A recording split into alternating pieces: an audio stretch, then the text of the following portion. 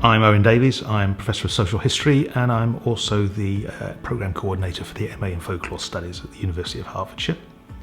My two current research projects are born of funded research. The first one comes out of a project funded by the Leave Trust called Inner Lives, and I've just completed a book which is exploring supernatural and insanity in the age of the asylum. And there's two aspects to that sort of research. One is looking at the ways in which the early psychiatric profession considered supernatural beliefs to be pathological, and the ways in which people ended up in asylums on the basis of new categories, new medical categories of what it meant to be mad, to be insane.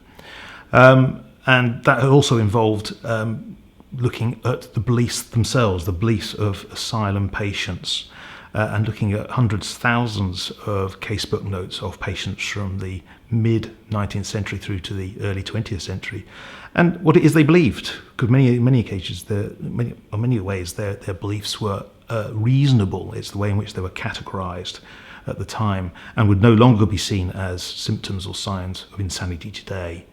And the second project, working with Dr. Kerry Holbrook and the Museum of London Archaeology, is exploring witch bottles.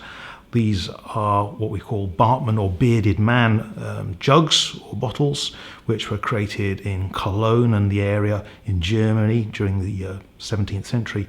And we're looking at particular ways in which these very distinctive bottles with a bearded face on them were used for a magical medical ritual against witches, or suspected witches, I should say.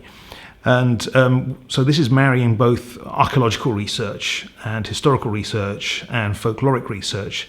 And that pretty much sums up the way in which I like to research. I like to look at material culture. I like to engage with other disciplines such as archaeology and anthropology and folklore as well. And that's kind of where my research has taken me at present.